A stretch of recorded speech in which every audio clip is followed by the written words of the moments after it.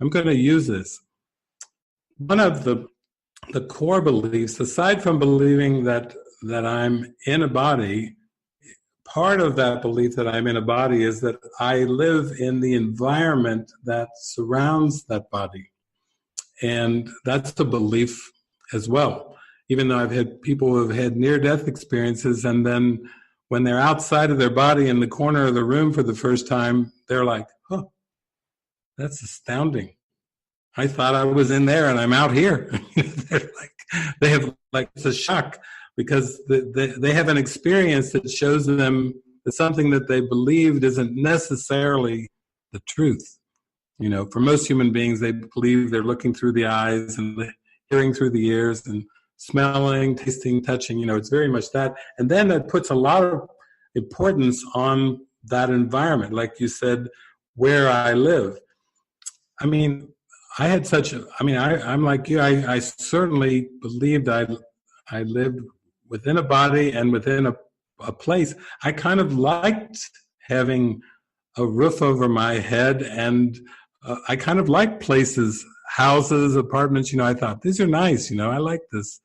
I'm not so much a nature boy. I like having a building.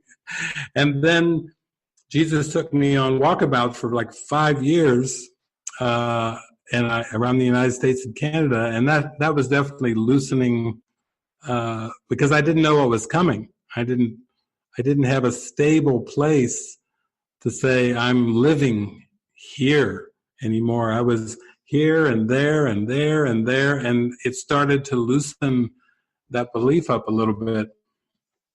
You might have even seen that Jeff Bridges movie Fearless, where he seems to have an allergic reaction to strawberries, and yet he has these epiphanies, these amazing experience when he's on a plane that's crashing, where he transcends. He's totally calm on the plane, and he's in total peace as the plane is going down.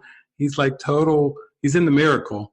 And then the whole movie, it does come around to the point where I would say it's like that story of Peter with Jesus, where Peter is focused on Jesus and he's walking on the water, and then when he realizes that his feet are on the water, he starts to sink in. It's a perception. Like, wait a minute, bodies don't walk on water. That was the thought. That was the doubt thought. He was pretty sure. He believed bodies don't walk on water, and then he started to fall down. So it's very much like starting to think that way in terms of your life. The best barometer that you have is how you feel. So maybe even when the landlord says you have to move, how do I feel? What is my reaction? Oh, my reaction is not coming from what the landlord said, but my interpretation of what the landlord said. That's where I'm feeling the reaction. And then, I have a choice.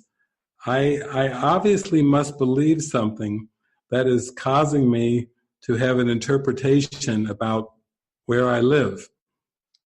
And maybe the ego's even trying to run a number on you, like, you tried this before, and you tried to just affirm you didn't have an allergy, and look what happened, and you were stuck in that. The ego's always pulling from the past to build its case of guilt and fear.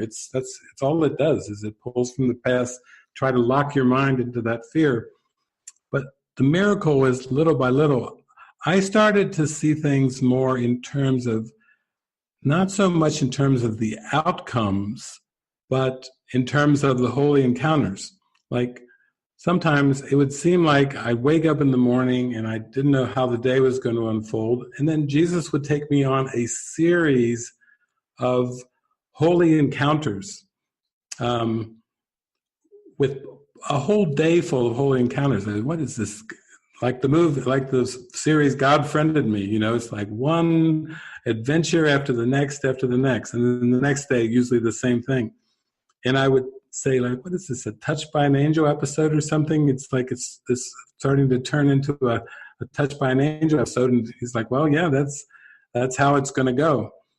I was even just watching a new series on Netflix. I think it was called Kindness Diaries on Netflix. And I'm like, absolutely amazing. This British guy buys a Volkswagen Beetle yellow convertible, has it shipped to Alaska, and with no heater in it, he takes off driving from Alaska to Argentina. And he has a rule: he won't ask for money. It's like, okay, he's going to travel through that long without asking for money of anybody and not taking along money. And then it's like you get to watch these adventures.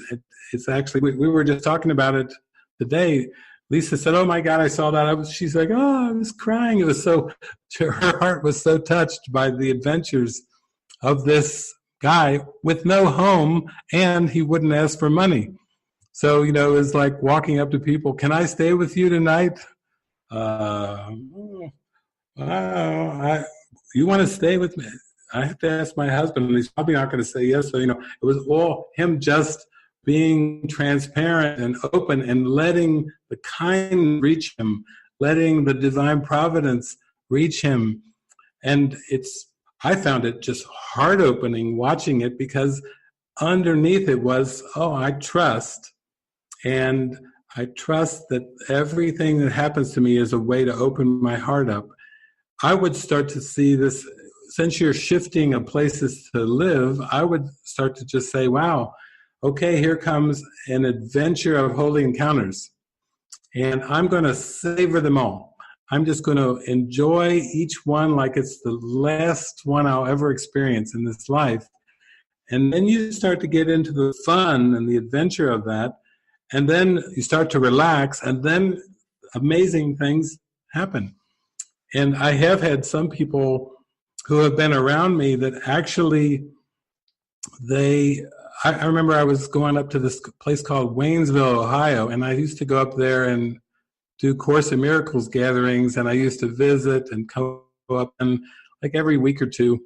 And one week I was up there. I've been up there a number of times, and this lady who's hosting me, she had these big, thick glasses. I mean, really thick glasses that she couldn't, if you took her glasses off, she was like, everything was just a big blur.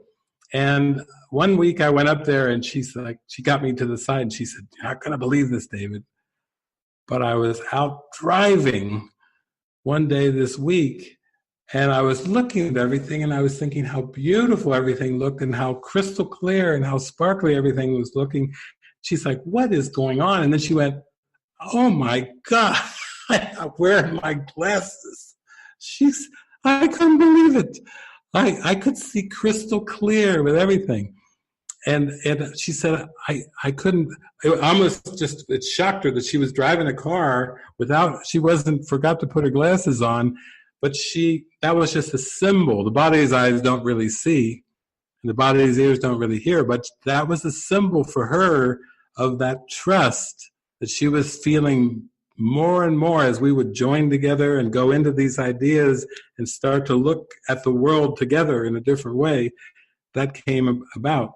So I wouldn't put pressure on yourself. I mean, if you try to see yourself on the timeline and you think, I'm Teresa, I have these allergies, I need to be in a certain place, and now I need to find a certain place so I can live comfortably without a lot of symptoms, then it's almost like, you're trying to figure it out on the timeline. And Jesus has already said, he said, if you'll be a miracle worker for me, I will arrange time and space for you.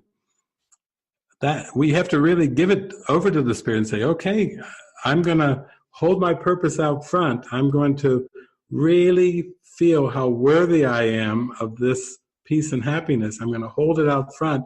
Now you show me, you convince me, you convince my mind. And wow, if you put that on Jesus and say, you convince me, yeah, Jesus is like, oh yeah, okay. I've been waiting for that invitation. I'll convince you. That's my job, So, but thank you so much, because that's so practical. Yeah, thank you for bringing that up. Beautiful. Okay, another hand, David. It's Lisbeth. Go ahead, Lisbeth. Oh. Yeah, I thought I was very late raising my hand, so I didn't expect yet to be. Anyway, well, I wrote a question on Wednesday, and that was really a very, very dark day. And I really had a death wish that day. And but I realized a lot. A sweet, mighty companion. I talked with her, and she pointed some things out. And the thing is, I'm really in this whole insomnia problem. I'm just wanting to be further along than I am, and I try all the time to accept what is, but I actually don't accept at all what is, because I don't accept that I'm not. I feel ashamed, I feel stupid that I somehow can't deal with it, and people are reflecting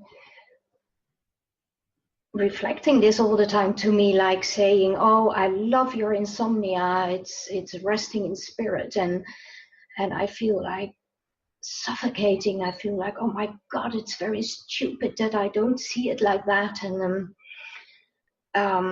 then I start hiding. I don't talk about it anymore, because I think it's very. I will be exposed that I'm not far enough yet, and that I'm failing, and so I really come across a lot of self-hatred, and I can see I've been covering it up with a lot of grandiosity.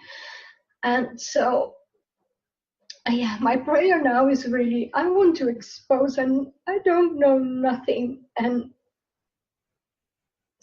I want to be in that state that I don't have to know it, and I don't have to be able to already be able to be further and be in this well, I think that's my prayer. Yes. Oh, thank you, Lisbeth. I read your question, and it reminded me, on this island where I am now, I did a 6-week devotional, and there was a time a woman came to devotional, and she came from California, and she had a stretch during that devotional where she could not sleep. And every single day it would go on. I could just see it on her face. It just got more and more intense.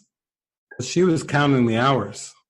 She was counting the hours. She was like, this is not good. This is not right. This is not normal. There was quite a bit of self-criticism, almost like there's a standard out there, like, okay, human beings sleep their 6 or 7 or 8, 9, 10 hours, whatever.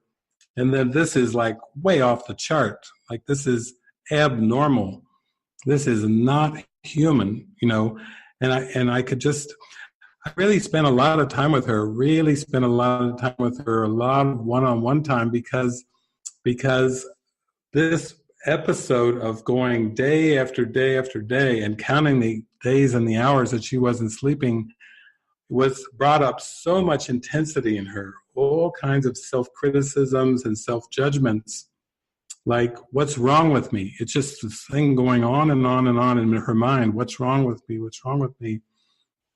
But we actually used the opportunity to kind of have a piercing of the veil. And it's not the first time I've had that, because I had another friend in California who I had just met